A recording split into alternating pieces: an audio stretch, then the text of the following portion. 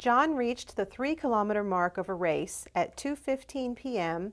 and the 6-kilometer mark at 2:24 p.m.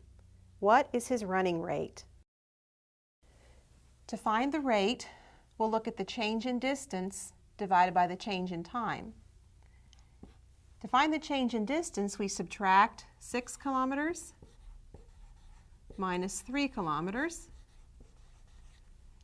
And to find the change in time, we subtract the final time, 2:24 p.m., minus the first time given, 2:15 p.m. In the numerator, then, we have 3 kilometers. In the denominator, this subtraction gives us 9 minutes. If we simplify, 3 over 9 is 1/3, and the rate would be kilometers per minute. The unit in the numerator and the unit in the denominator. So his rate is 1/3 kilometers per minute.